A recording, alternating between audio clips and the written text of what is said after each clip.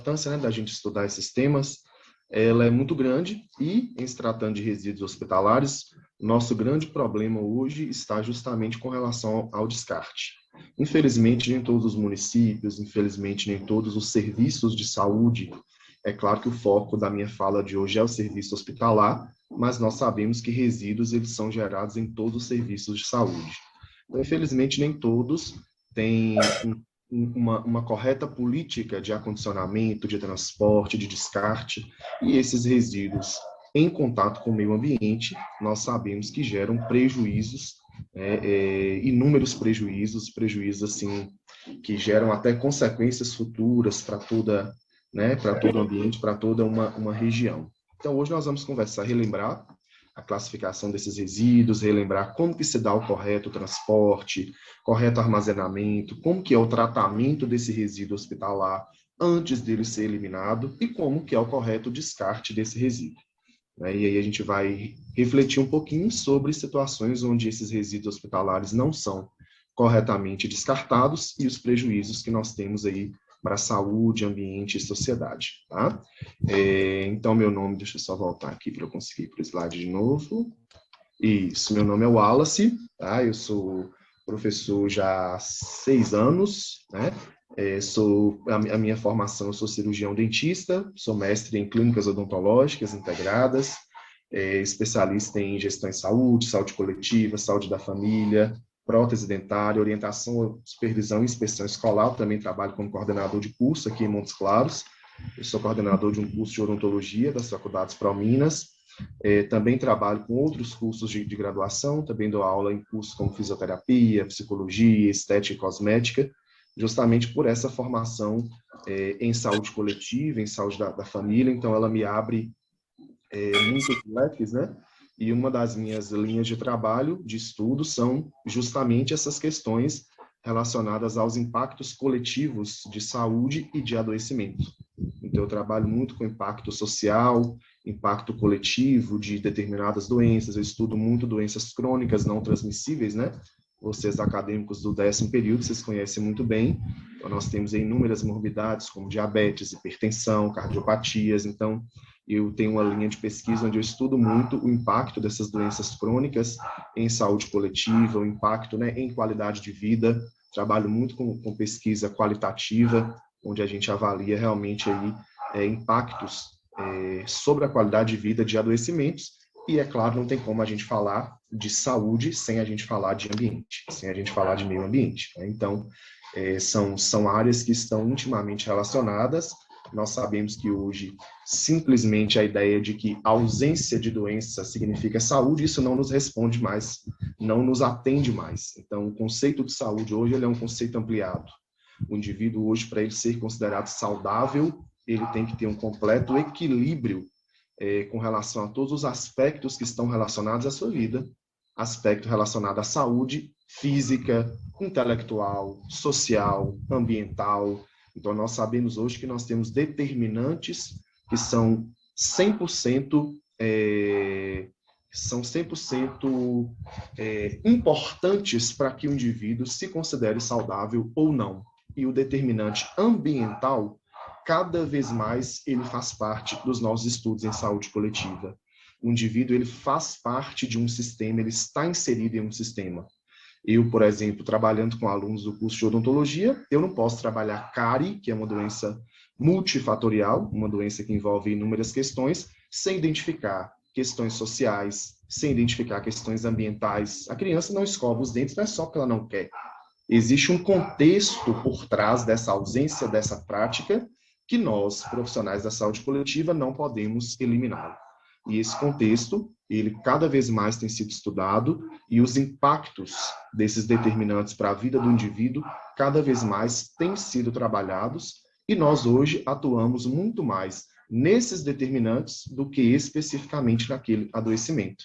Todo mundo sabe, né, o paradigma que nós vivemos hoje é um paradigma de promoção da saúde. É o que vocês fazem todos os dias. É claro que vocês, enquanto enfermeiros, vão trabalhar também procedimentos, ações curativas, né? Vão fazer intervenção clínica, vão.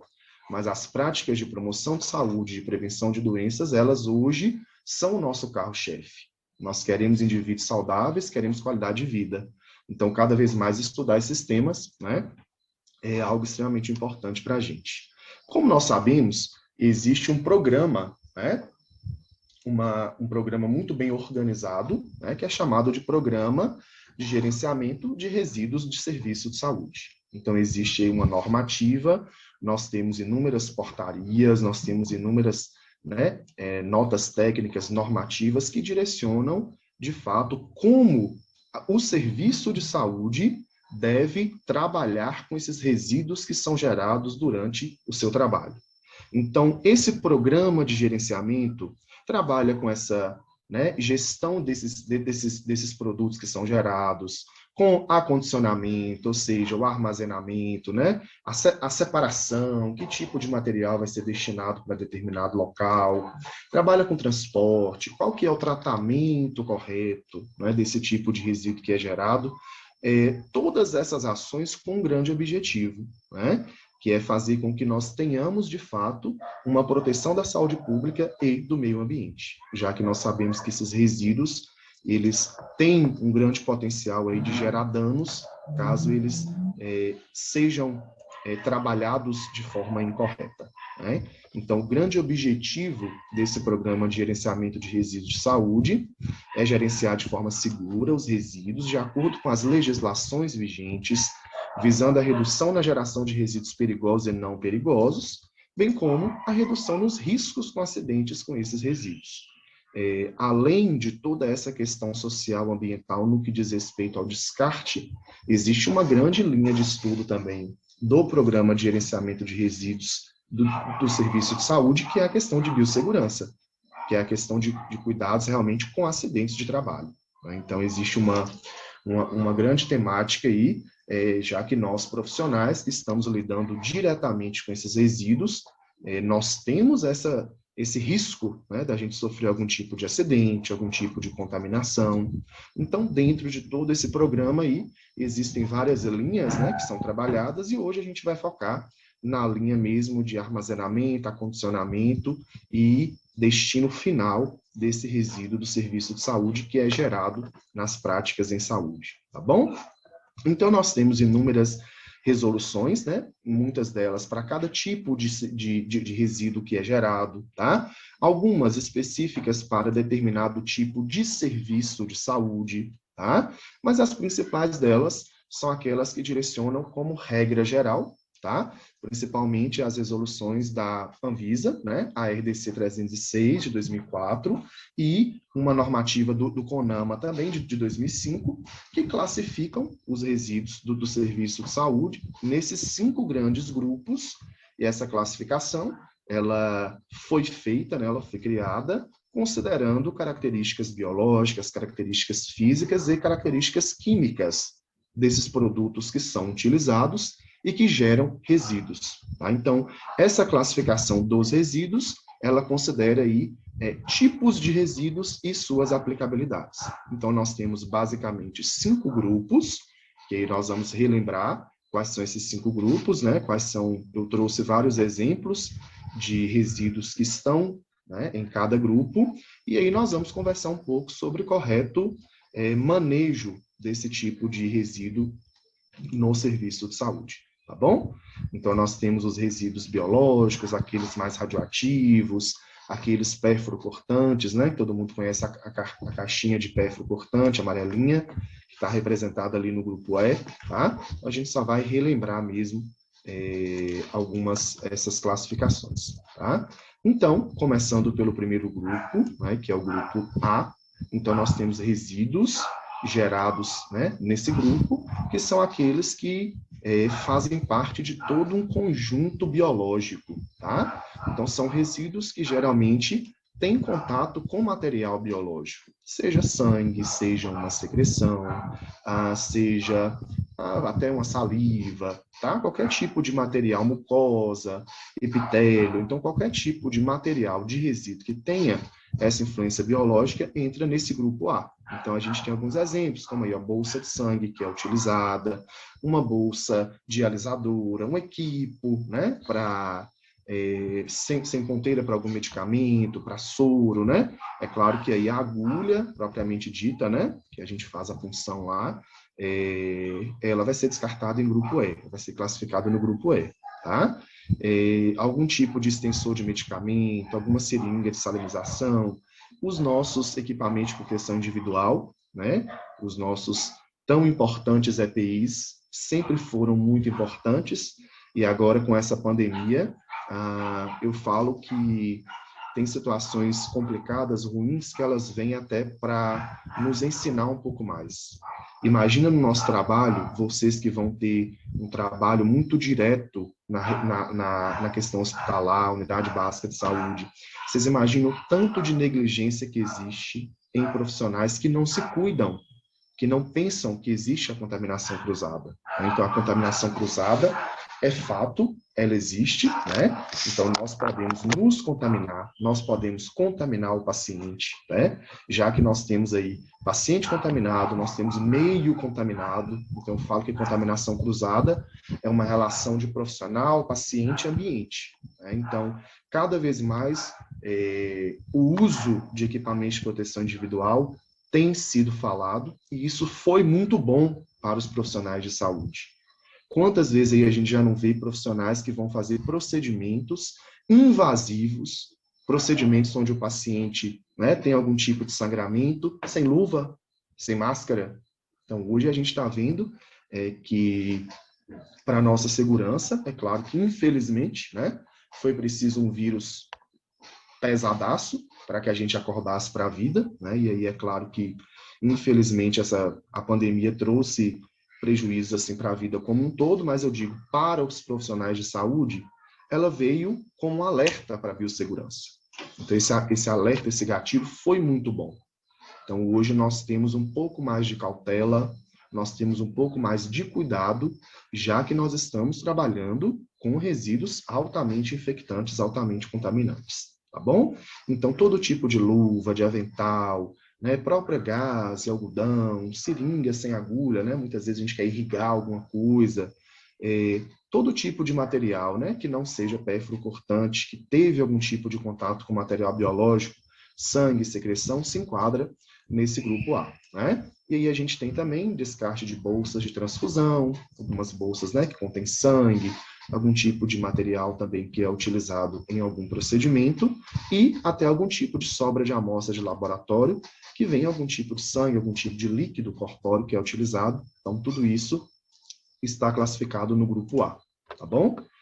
Perdão, passou um a mais, isso. O grupo B, então, são aqueles resíduos, né, provenientes basicamente de algum tipo de reação química, são geralmente substâncias químicas, tá?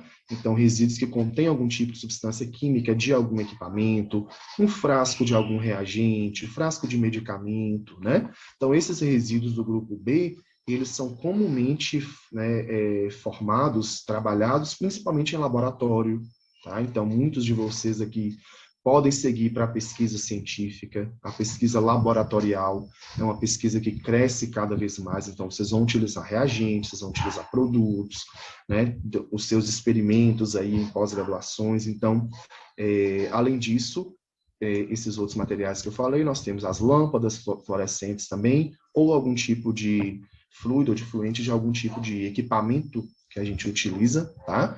E aí nós temos que pensar em um correto armazenamento, né, um correto acondicionamento desse tipo de material, geralmente em frascos, em embalagens, né, já identificadas, tá? Então nós temos uma norma também que orienta a identificação das embalagens onde nós acondicionamos esses materiais, esses resíduos, tá? E aí a própria gestão do serviço de saúde em que esse resíduo foi gerado, ela vai trabalhar a melhor forma de descarte, de acondicionamento, tá bom?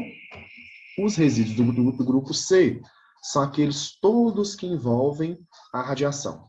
Então, a gente sabe que no serviço de saúde, um exame complementar amplamente utilizado é o exame imaginológico, né? Então, vocês sabem muito bem que aí na nossa prática, só quem consegue enxergar em profundidade, em 3D, sem o recurso de um exame complementar é Jesus Cristo. Nós não conseguimos, né? Então, se o paciente teve uma fratura, alguma coisa nesse sentido, nós precisamos de um exame por imagem.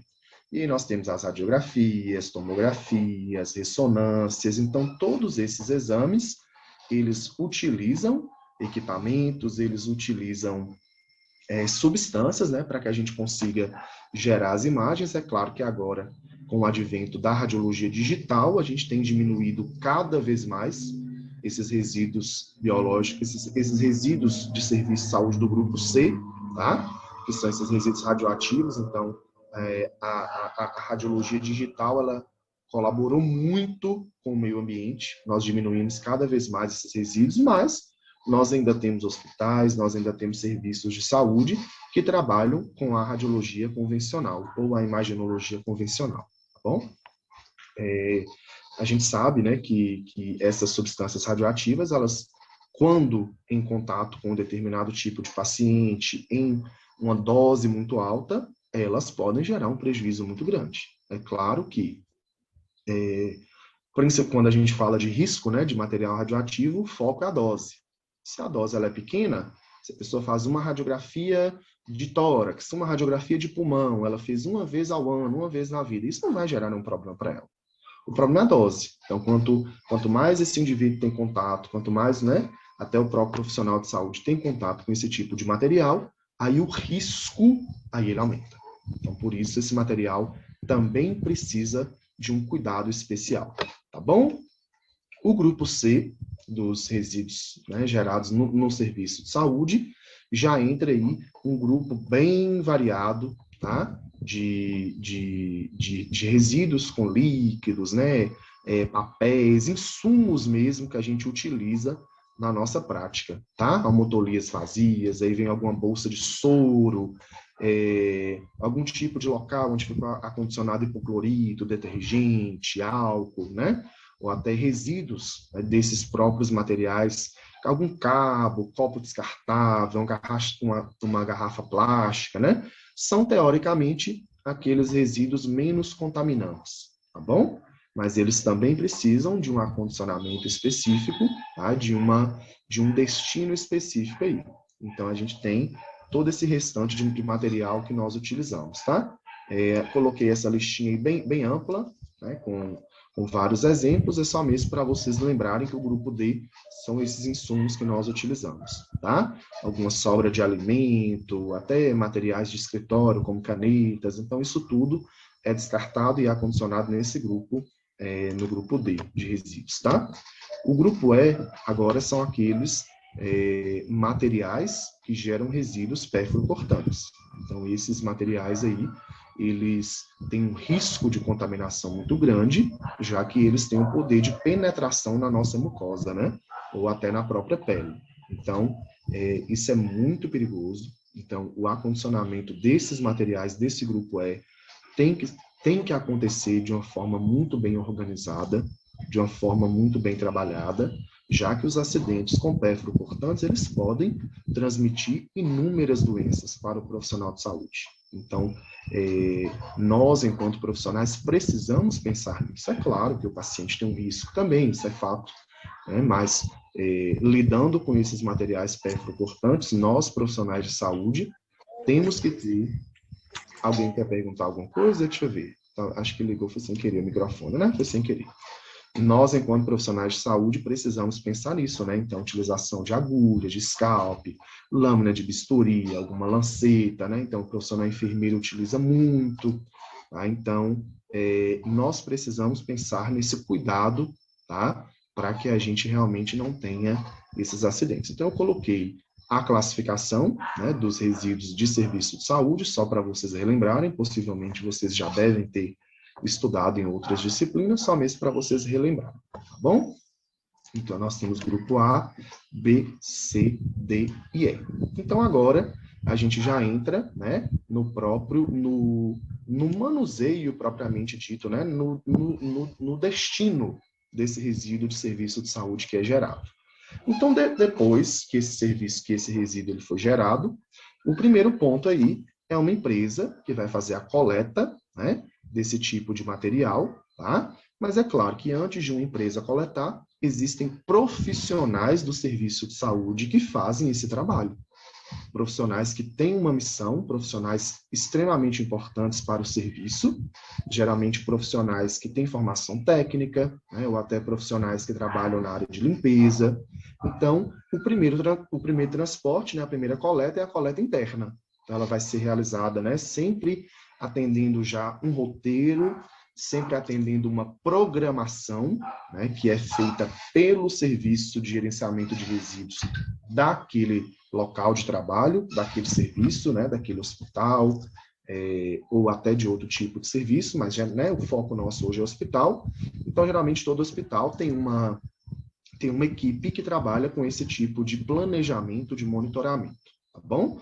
Então, existe um roteiro, existem horários programados, né? Horários que não vão ser coincidentes com distribuição de roupas, de alimentos, de medicamentos, horários diferentes de período de visita, tá? Ou até períodos de maior fluxo mesmo de pessoas dentro daquele hospital.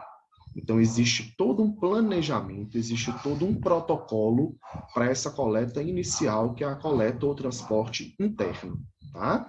Então, nessa coleta, já vai sendo feita a separação por cada grupo de resíduo, tá? Em recipientes, desde que sejam recipientes identificados, não existe uma obrigatoriedade de ser aquele recipiente. O que interessa é que ele seja identificado para aquele tipo de material e que ele tenha somente essa função. Então, se é utilizado, por exemplo, um balde, alguma coisa para você coletar sempre resíduos do grupo A, ele tem que ser utilizado sempre para resíduos do grupo A, tá?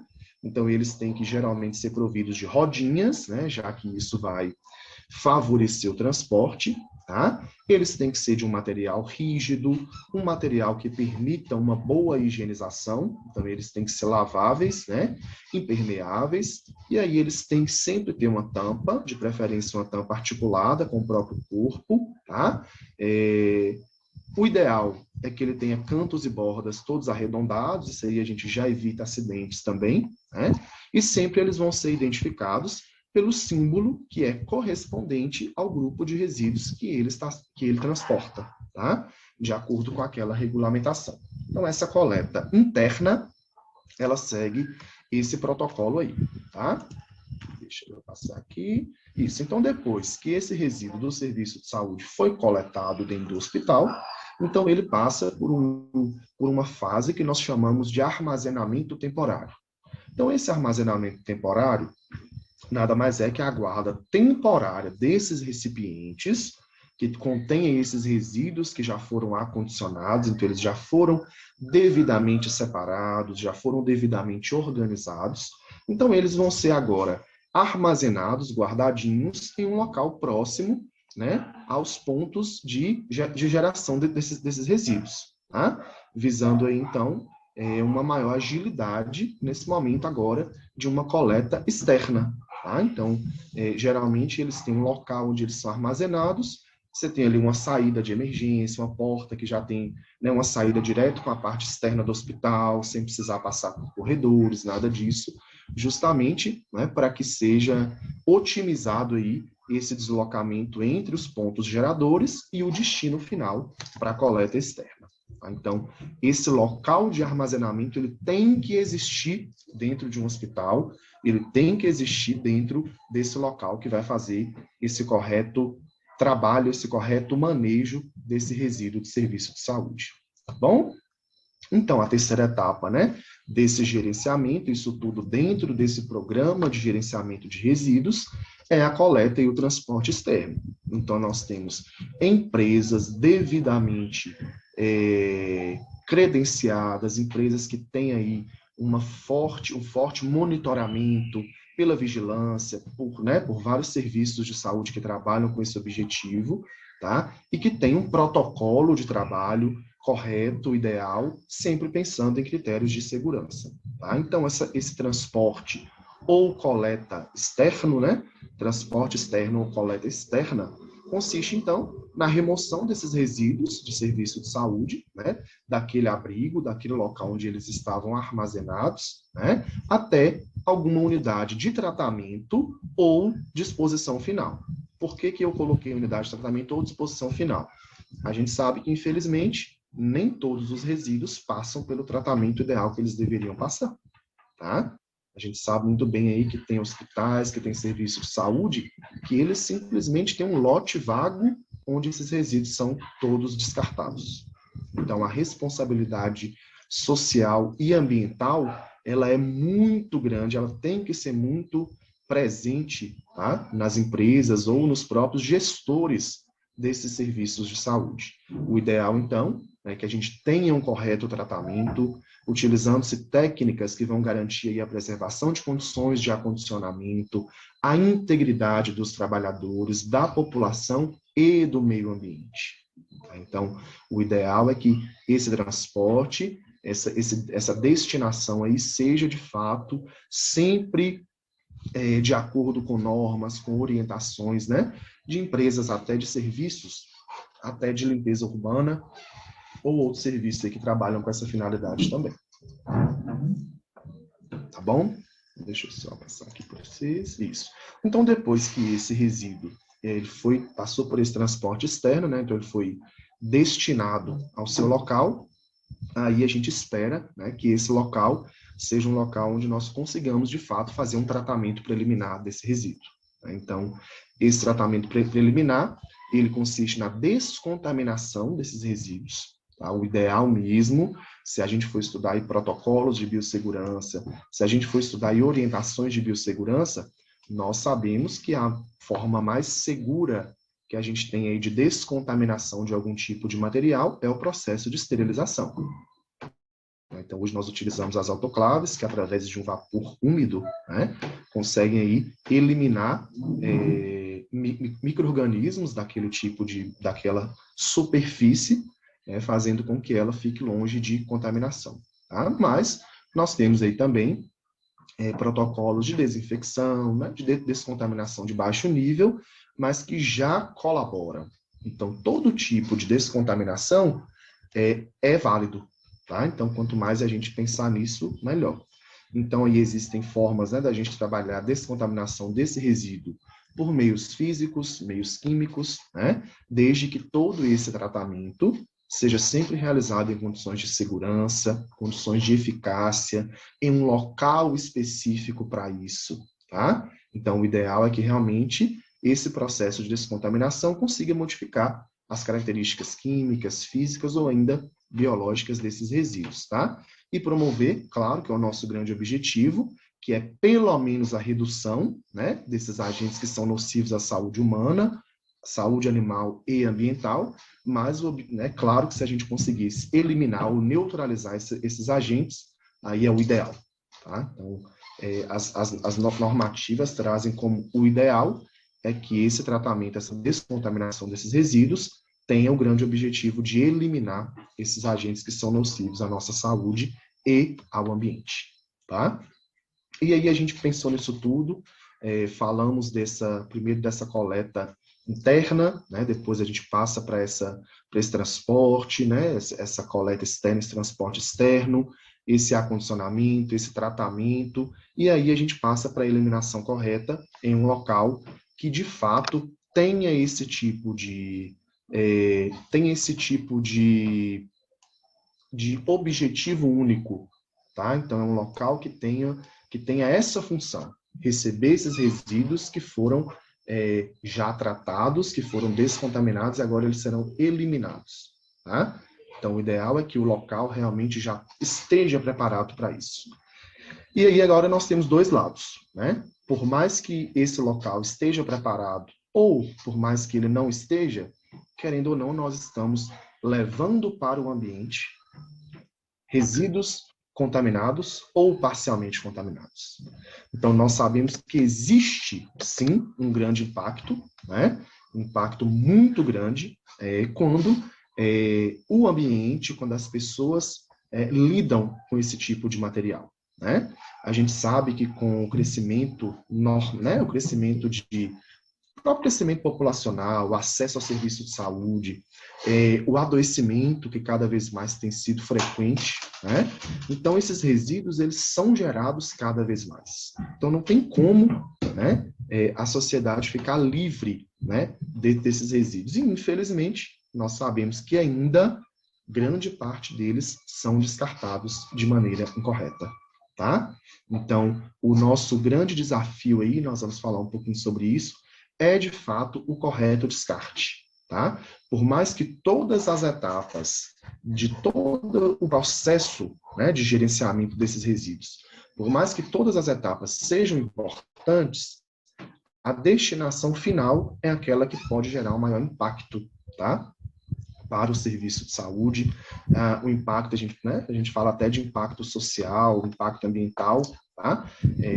Para a saúde como um todo, tá bom? Então, esses resíduos, a gente sabe que eles são considerados como uma ameaça para a saúde. Então, eles podem, de alguma forma, atrapalhar a saúde dos indivíduos, né? Fazer com que esses indivíduos tenham aí mais um fator de risco para o adoecimento. Então, esse é o grande problema. Nós estamos diante de fatores de risco para o adoecimento o dia todo, né? E aí, um serviço de saúde que gera um material e que pode gerar consequências que vão se tornar fatores de riscos para o adoecimento, então aí é algo que nós precisamos pensar, né? Então, eles são perigosos para todo mundo por vários motivos, né? Eles podem causar doenças infecciosas, eles podem gerar aí, problemas ambientais, tá?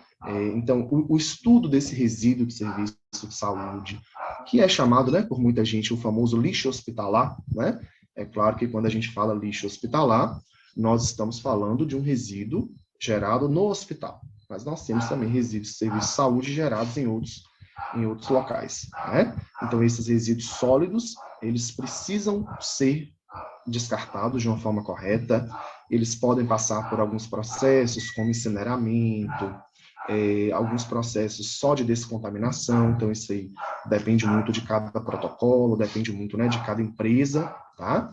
E aí o grande X da nossa questão é, de fato, esse grande impacto ambiental que a gente pode ter, né? Então, nós temos impactos aí relacionados ao próprio ar, né, ao próprio ecossistema como um todo, tá? Então, o manejo correto desses resíduos é algo extremamente importante para o nosso tratamento, para o nosso... importante, eu digo assim, para a nossa rotina enquanto profissionais de saúde. Por mais que vocês não vão trabalhar diretamente, muitas vezes, na equipe que vai trabalhar o gerenciamento desses resíduos, vocês, enquanto profissionais de saúde, têm a função de orientar os profissionais que estão trabalhando e que nós vamos lidar com esses profissionais o tempo todo, tá? Então, é função nossa. Hoje nós trabalhamos com qual paradigma de atenção à saúde? Vigilância em saúde. Então, hoje nós estamos vigilantes o tempo todo, né? Alguém mandou alguma coisa? Deu uma piscadinha aqui, deixa eu ver. Lohane Wallace, ela pergunta se existe um treinamento para esses profissionais que manuseiam esses resíduos. Existe, Lohan. Todo hospital, todo serviço de saúde, ele tem que desenvolver um protocolo interno de gerenciamento de resíduos de saúde. Esse protocolo ele é desenvolvido e esse protocolo ele é aprovado por um conselho hospitalar que existe. Esse protocolo, ele passa até, eu não sei se vocês já tiveram acesso a esse tipo de evento maravilhoso que a gente tem. Vamos lembrar um pouquinho lá de saúde coletiva. A Lei 8142 de 1980 traz que nós, enquanto usuários do SUS, temos direito de participar de alguma forma das decisões. Então, nós temos hoje duas estratégias, né, dois recursos, são duas formas de nós participarmos, que são as conferências de saúde e os conselhos de saúde. Então, todo município tem um conselho municipal de saúde que se reúne geralmente uma vez ao mês. Ele tem representantes e 50% são pessoas da população, 50% são profissionais. E aí, quando o hospital escreve esse protocolo também é apresentado no Conselho Municipal de Saúde. Então, lá nós temos representantes de empresas privadas, representantes, né, de prestadores de serviço em saúde, e aí esse protocolo ele é aprovado, e depois da aprovação, toda a equipe que trabalha diretamente, ela é treinada, ela é capacitada, ela é habilitada, tá? E os demais profissionais também entram nessas capacitações. Hoje, vocês são quase enfermeiros, né? Vocês sabem que o serviço de saúde hoje, quando nós estudamos, aí a gente trabalha basicamente dois grandes grupos. O primeiro que é a atenção primária, né, a saúde da família, e o segundo que é a atenção terciária, que vem o hospital. Tá? Então, as nossas práticas de educação permanente, elas estão muito na atenção primária. Então, essa pergunta de Lohane, na verdade, é um toque importante para todos nós. Vamos trabalhar também educação permanente no hospital, viu, Lohane? Então, quando você estiver trabalhando no hospital, e se você for treinada, se você for capacitada, trabalhe educação permanente com outros profissionais também, tá bom? Para que todo mundo conheça os processos de trabalho e para que todo mundo possa orientar os colegas que estão lidando diretamente com esse serviço, tá? Então, existe esse treinamento para a equipe e dentro da própria equipe, ali dentro de toda, né, daquela equipe toda do hospital, aí a gente tem que trabalhar educação permanente, tá? Mas esse treinamento é feito para que todo mundo esteja, de fato, habilitado, de fato, preparado, tá bom? Eu estava falando, foi só sobre essa parte dessa importância que a gente tem, né, de se pensar nesse correto descarte quando a gente considera realmente esse impacto para a saúde e para a sociedade. Então, o nosso grande desafio, tá? É que não se esqueçam disso, presta atenção nisso que eu estou falando, eu não estou falando que as outras etapas do gerenciamento não são importantes. Elas são extremamente importantes.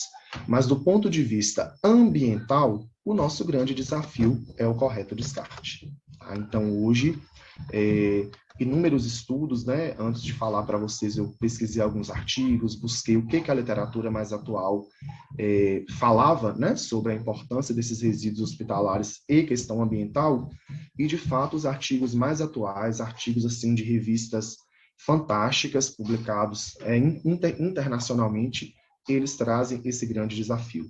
Descarte correto de resíduos do serviço de saúde. Tá? Então, por mais que existam inúmeras normas, por mais que existam inúmeras diretrizes, esse descarte ele ainda acontece de forma incorreta.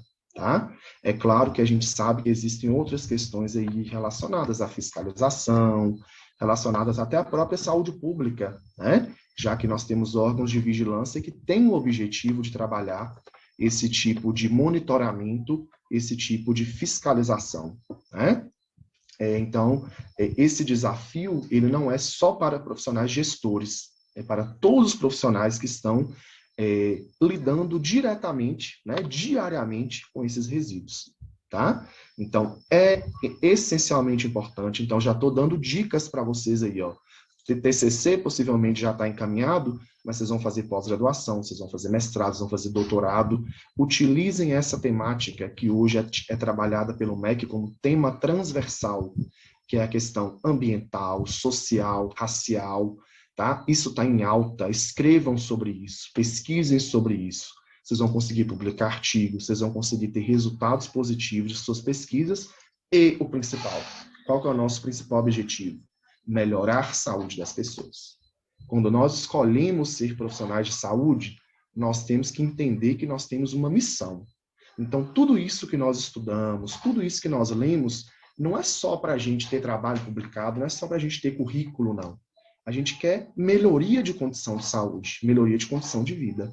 Esse é o nosso grande objetivo. E quando você joga na literatura, quando você estuda, quando você multiplica esse tipo de informação, cada vez mais serviços de saúde vão estar capacitados. Tá bom? Então, não se esqueçam que é importante criar essa cultura de responsabilização. Todos têm que ser responsabilizados, tá? Não somente órgãos que vão criar leis aí, né? A gente sabe que a gente segue normativas, que a gente segue leis, mas todos nós, a gente fala muito quando nós falamos sobre essa temática de ambiente, gestão, fica parecendo que está tudo distante da gente, que quem pode fazer alguma coisa para mudar é só o diretor do hospital, é só o secretário de saúde. Não é assim que funciona. Tem que começar da gente. Se eu, enquanto profissional da ponta, não trabalho já com o correto manuseio desses resíduos, eu já estou errando.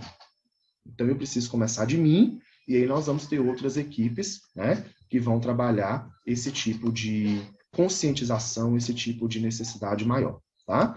Então, essa integração que tem que existir entre equipe de gestão, entre equipe de assistência. Alguém também. Oi. Será que foi sem querer? Foi, eu fechei aqui, Wallace. Ah, tá. Deve ter sido sem querer. É.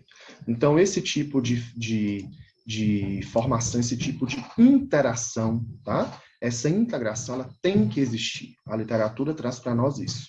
O descarte incorreto, ele é simplesmente como se fosse o grande final de todo o processo de gerenciamento, tá? Mas nós, enquanto profissionais, trabalhamos todas as etapas e temos a função de orientar, né? Temos a função de direcionar. As pesquisas mais atuais, os artigos mais atuais, eles trazem uma notícia boa, né? Eles dizem que, na grande maioria das vezes, esses resíduos eles são corretamente armazenados e transportados internamente. Tá? Então, isso aí já é um ponto positivo para nós. Tá? Se as pesquisas estão mostrando isso, significa que, pelo menos, o controle interno dentro de um hospital ele tem funcionado. Então, o grande problema mesmo, o maior problema, é, de fato, o destino final. Tá? Então, se ele foi um lixão, né, se ele foi um aterro, que seja, de fato, um local que é organizado, que é padronizado de acordo com legislações específicas, né, que seja um local específico para aquele descarte, para que a gente consiga, então, diminuir um pouco dos impactos, tá, que vão ser gerados para os indivíduos, tá bom? Muito obrigado. Então, acho que o que eu queria falar para vocês era isso. Quem tiver alguma dúvida, quem quiser fazer mais alguma pergunta, eu quis plantar essa sementinha, para que vocês sejam mais conscientes do nosso papel social enquanto profissional de saúde, tá bom? Antes de abrir para mais perguntas, que eu imagino que eles vão ter várias perguntas para te fazer, eu espero. Eu gostaria, Wallace, de te parabenizar, né, pela excelente palestra. Eu sempre aprendo com você. Agradecer aí pelos conhecimentos compartilhados conosco. Eu fico tão feliz toda vez que eu pergunto se você quer participar de alguma atividade relacionada às minhas disciplinas e que você sempre está aí disposto a me ajudar, né? E compartilhar os conhecimentos. Eu agradeço muito mesmo, né, a sua participação e esses conhecimentos aí que são muito válidos para mim, eu imagino aí que para quem está aqui também. Então, foi maravilhosa a sua palestra. Agradeço mais uma vez e aí deixo aberto aí para as perguntas das meninas, que acho que só tem meninas aqui hoje. Será? Poder fazer alguma pergunta para você. Podem ligar a câmera, pessoal, o microfone, uai, que isso, podem ficar. Não podem precisa ficar à vontade. tímidas. Nós vamos viver ainda um bom tempo nessa era remota, então não tem mais essa de profissional de nível superior ter vergonha de câmera e de microfone, não. Pode aparecer. Infelizmente. Uma pergunta: cada município possui uma forma de tratamento desses resíduos? Sim. Cada município possui uma forma, cada serviço de saúde possui uma forma, tá? Pode ser que dentro de um mesmo município, por exemplo, Janaúba, pode ser que Fundajã e o Hospital Regional tenham protocolos de tratamento diferentes, tá bom? Existem as normativas que direcionam, mas aí o protocolo individual, ele é criado de acordo com realidades individuais, de acordo com empresa que ganhou licitação. Então, tudo tem que ser adequado ao tipo de disponibilidade que aquele serviço de saúde apresenta, tá? Não adianta ter uma norma que a empresa tem que passar 3 vezes na semana.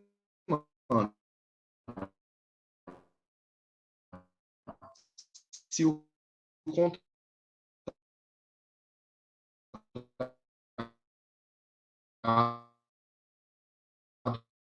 que foi feito, né, diante corretas. Essa foi a pergunta de Mili Daiane. A de Lohane eu respondi. Tem mais alguém que quer fazer alguma pergunta? Deixa eu ver. Tamires. Pode ligar o microfone, gente, e fazer perguntas aí para o Wallace. Solange. Podem ligar o microfone. Inclusive, essa palestra dele tem toda a relação com as duas unidades que foram passadas, né, que é sobre resíduos, sobre saúde, saúde coletiva, então está tudo relacionado aqui com a palestra dele. Então, imagino que os desafios e os exercícios vocês vão tirar de letras depois dessa palestra aí do Wallace. Então, que vocês tiverem dúvida sobre o assunto, eu acho que teve alguém que fez uma pergunta aí, Wallace. Quem define esse meio? É a prefeitura, de acordo com as demandas e as necessidades do município?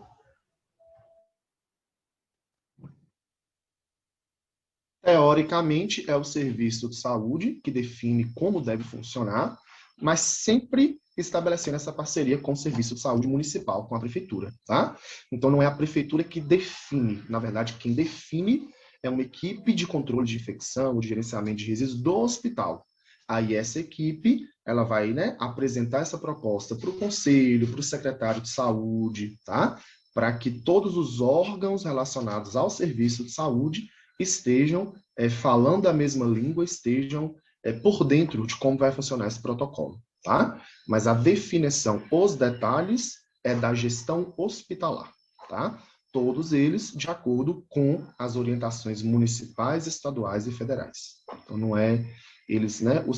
A gestão pega aquelas normativas, a partir daquelas normativas, ela cria, então, o seu protocolo. Então, todos os programas, eles funcionam corretamente de acordo com os protocolos, porém, cada um com sua particularidade. Tá bom? Mais alguma pergunta? Mais alguém? Meu e-mail é esse aí, pessoal. Se vocês tiverem depois alguma dúvida, né? Se forem fazer algum trabalho, alguma coisa, de repente surgir alguma dúvida na hora, podem me mandar um e-mail, tá? Que eu vou responder eles com o maior prazer. Eu tenho né, tem muito material sobre o tema. De repente, se vocês precisarem de algum material, alguma coisa, né? Patrícia, excelente, foi o tema do meu TCC, importantíssimo. Infelizmente, Patrícia, pouco trabalhado entre os profissionais. Infelizmente, super concordo com você, né? Tanto é que, para dar uma incentivada, o MEC lançou essa orientação para as instituições de nível superior. Vocês precisam trabalhar esses temas transversais. Eles têm que ser trabalhados, porque eles são importantes, não tem como, né? E assim, querendo ou não, todo mundo passou por isso, né? Quantos? 13, 9 anos atrás eu estava aí nesse lugar seus, e a gente acaba focando na graduação no que mais interessa a gente, não é? No que é mais interessante, no que eu mais gosto. Então, enfermagem, eu gosto de saúde da família, né? Aí, quando você tem alguma disciplina de hospital, aí você estuda também e tal, mas não adianta, o que você mais interessa é o que você mais gosta. E, infelizmente, esses temas ambientais, sociais, eles não são os mais atrativos, né? Mas nós precisamos trabalhar esses temas, já que não tem por onde correr. A influência coletiva, ambiental, social hoje do adoecimento é a influência mais forte que existe. Não tem como trabalhar saúde sem trabalhar questões ambientais, sociais e coletivas. Concordo, Paty, parabéns. Obrigado, Nardiele. São temas, né, que as pessoas já estão cansadas de ouvir, porém não colocam em prática. Então, a gente precisa trabalhar dentro da instituição, né, Wallace, e colocar isso em prática, porque a maioria das vezes todo mundo sabe, porque meio ambiente, educação ambiental, ela deve ser trabalhada desde o ensino, lá o ensino fundamental, o ensino médio, até o EJA, até a graduação, mestrado, doutorado, precisa de ter uma educação ambiental. A gente sabe o que é, porém a gente não coloca em prática. Esse é um problema, né, recorrente que acontece, né, em todos os meios. Então a gente precisa começar a colocar isso em prática mesmo, né, a educação ambiental. E para esses meninos aí que estão no 10º período, que vão entrar no mercado de trabalho agora, gente, nós precisamos ser completos. O mercado de trabalho, ele tem espaço para o profissional completo. Se você chega no mercado de trabalho, se você chega em um hospital, se você chega em uma empresa e você tem algo de diferente, você vai se destacar. Não adianta. Tá? Então, estudem esses temas, se dediquem, né? Patrícia, venham focada nesse tema desde o 5º período, porque na saúde há um tempo e vejo que nós, infelizmente, não damos importância. Infelizmente, né? Foi igual como eu comecei falando com vocês. Agora todo mundo sabe o que é biossegurança. Precisou aparecer uma pandemia, né? Para todo mundo colocar a máscara e agora fazer uma aspiração no paciente, trocar um curativo do paciente com máscara. Quantas vezes eu já vi enfermeiro, técnico, acadêmico fazendo curativo de paciente, né, ferida com secreção, com sangue sem máscara. Então, precisou aparecer uma pandemia para a gente ter uma noção maior do quanto, por exemplo, né, medidas de biossegurança são importantes, assim como estudo de educação ambiental, educação social. Tá bom? Infelizmente. Então é isso, pessoal. Se vocês tiverem qualquer dúvida, esse é meu e-mail, tá? Stephanie, importante e necessário, Fernanda. Continuação. Não, espera aí que ela mandou uma aqui. Deixa eu ler aqui de cima. Espera um pouquinho. Você está lendo, eu vou deixar você ler aí. Importante e necessário, parabéns, Wallace e Fernanda. Com certeza nós teremos mesmo um diferencial e um olhar diferente quando estivermos em um serviço de saúde. Com toda certeza, Stephanie. Todo conhecimento transforma. Então, quem teve a oportunidade de estar aqui agora, já vai viver uma situação nesse sentido e vai lembrar daquilo que eu falei, vai lembrar do que estudou.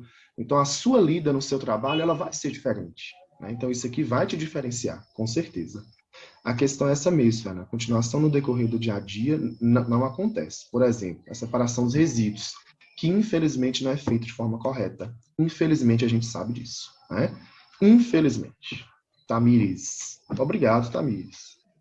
Então, gente, não tendo mais perguntas, eu agradeço, Wallace, mais uma vez. Sempre à disposição. Pela excelente palestra. Foi uma palestra muito enriquecedora para mim e pelo que eu estou percebendo aí, né, para todos os acadêmicos. Bom, eu fico super feliz com quanto eles realmente pensaram sobre o assunto, né? Quando eles mandam essas opiniões, esses questionamentos, é porque eles pensaram. Então, esse é o nosso objetivo enquanto professor. É plantar a sementinha para que o aluno pense sobre aquilo que nós falamos, né? Pensar é ir atrás, é ler um artigo, é estudar, é seguir uma página bacana. Isso é pensar. Então, nosso objetivo é lançar um assunto e fazer com que vocês pensem. Fiquei muito feliz. Obrigado, Andressa. Que bacana. Fernanda, sempre à disposição. Né? Você sabe disso. A hora que precisar, se eu puder ajudar, né? Sempre à disposição. Ai, que bom, eu fico Meninas, feliz. Boas, muito obrigada mesmo, tá? De nada. Coração. Pessoal da turma, desejo muito sucesso, tá? Vocês já estão na reta final. Que Deus abençoe a vida profissional de cada um de vocês, né? Que vocês colham frutos dessa árdua luta nossa, que é uma formação de nível superior. A gente sabe que não é fácil, né? Muita gente trabalha, muita gente estuda. Que vocês sejam muito felizes, tá? E que vocês realmente busquem sempre estudar um pouquinho mais, tá? Quando a gente pensa que o tanto que nós estudamos tá bom, não tá bom, viu? Estudem um pouco mais, que vocês vão ser bem diferentes, tá? Boa noite para vocês, Boa então. Noite. Gente, não saia da sala para mim conversar um pouquinho com vocês. Muito obrigada novamente, Wallace. Nada, Fernanda. Boa noite, Tchau, pessoal. Boa noite. Deixa eu sair aqui. Ô, turma, aí eu posso É só eu ir em sair aqui, né, Fernanda? Isso, só em sair você sai. Aí já vai sair. Espera aí, sair da reunião. Sim.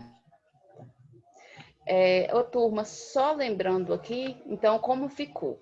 Então, assim, vocês têm que fazer as 2 unidades, né? As 2 unidades. Anteriormente, quem já entrou no AVA, já deu uma lida lá, eu tinha colocado até o dia 10, que seria na segunda-feira para entregar. Porém, como a palestra era para ser marcada no dia 5 e não foi possível, eu remarquei para o dia 7, então eu também mudei a data de entrega lá da